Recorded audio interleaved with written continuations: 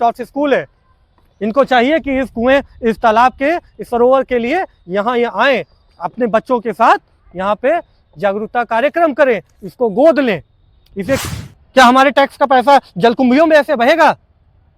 इसकी मांग हमें नहीं करनी है। आप देखिए फ्लोटिंग बोट यहाँ पर बनाई गई थी, जी। लाई गई थी, क्या इसको, इसके लिए हमारे टैक्स के पैसे हैं जो जलकुंभियों में खत्म हो गए हैं।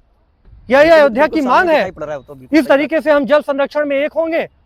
आपने अयोध्या का चौक घंटा घर देखा है, चौक घंटा घर के नीचे एक कुआं है, उसके पेंडुलम से एक घड़ी चलती थी, न जाने कितने किलोमीटर तक, हमारे दादा बाबा के समय की बात है।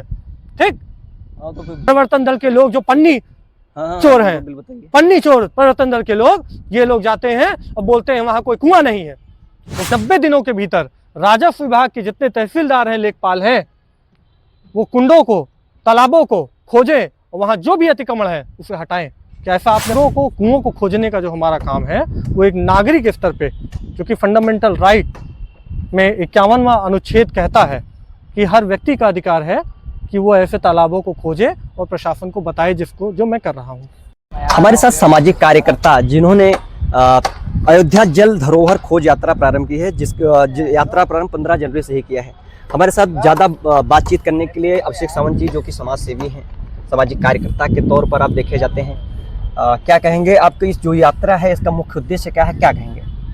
देखिए, अयोध्या जल धरोहर खोज यात्रा, धरोहर से ये शब्द हो जाता है कि सतयुग के समय में, त्रेता में, द्वापर में, अभी हमारे कलयुग में न जाने कितने तालाब, कुंड ऐसे हैं जो इतने प्राचीन हैं, जिनको राम ने देखा है। ये राम की नगरी है, जी। जन्म स्थली है। न जाने कितने पर्यटक उनके उस जन्म स्थान को देखने आ रहे हैं जहां उनका जन्म हुआ, लेकिन उनसे जुड़ी हुई और मान्यताएं और धरोहरें लोगों को नहीं मालूम है।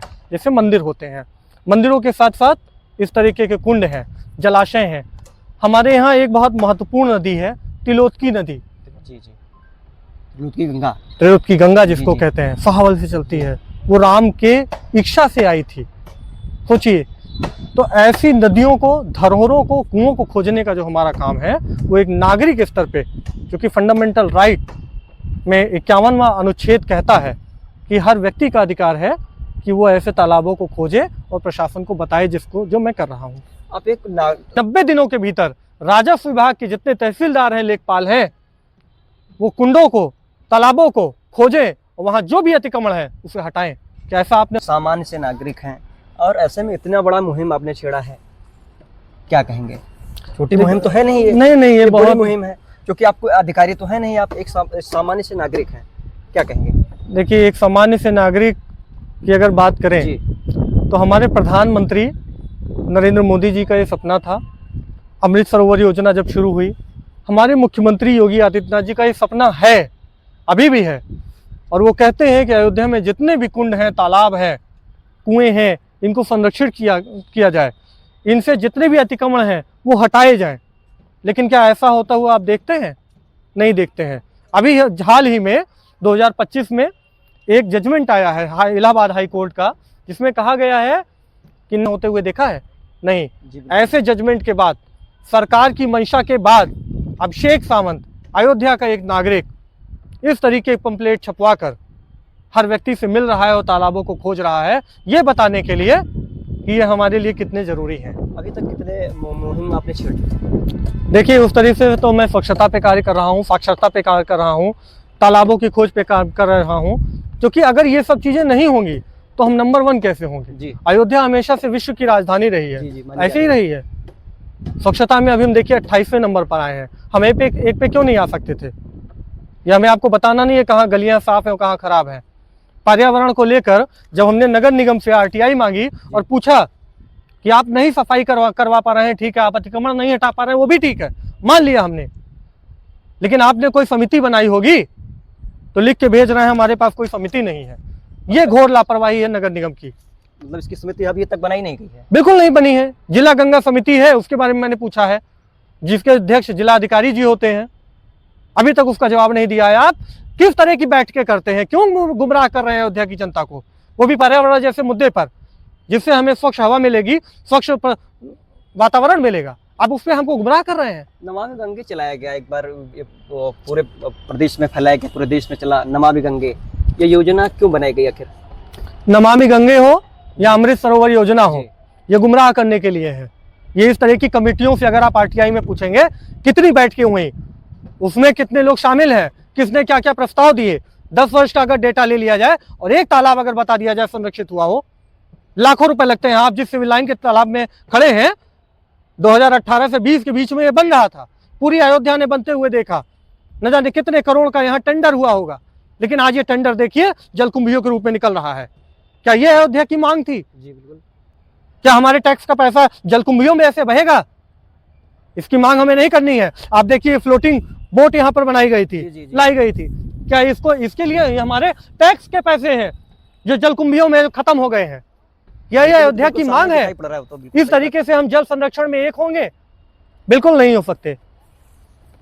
अभी तक जो मुहिम आपने छेड़ा उसमें कहाँ तक आपको सफलता मिली? देखिए सफलता ये है कि डॉक्टर राम मनोहर लोहिया अवध विश्वविद्यालय के सामने एक तालाब था जी। 21 जुलाई 2025 को हमने वहां मौन धरना प्रदर्शन किया शांति रूप से। जी। हमें हटाने की बहुत कोशिश हुई, मैं नहीं हटा, ये आप सभी ने वहां देखा था। अभी कल ही मुझे, चूंकि मैंने आरटीआई की थी और बार बार उनको जो नोटिस आ रही है अयोध्या विकास प्राधिकरण को, तो मुझे इंस्पेक्शन के लिए बुलाया गया आरटीआई की धारा 2J के तहत। मैं गया और मैंने वहां जो डीपीआर देखी है, इतनी मोटी फाइल बना दी गई है भाई साहब, 1.5 करोड़ रुपए उसके अंदर आ गया है। बहुत जल्द वो पैसा स्वीकृत होकर भी आ रहा है। जी। फाइल वहां चली गई है, स्वीकृति हो गई है, पैसा आ रहा है। कहीं ना कहीं आप अपनी ये सफलता मान रहे हैं आप? ये हमारी सफलता नहीं है जी। ये अयोध्या की सफलता है।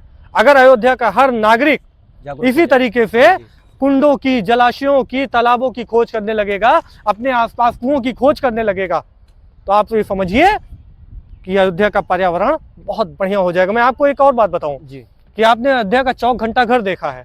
चौक घंटा घर के नीचे एक कुआं है, उसके पेंडुलम से एक घड़ी चलती थी, न जाने कितने किलोमीटर तक, हमारे दादा बाबा के समय की बात है।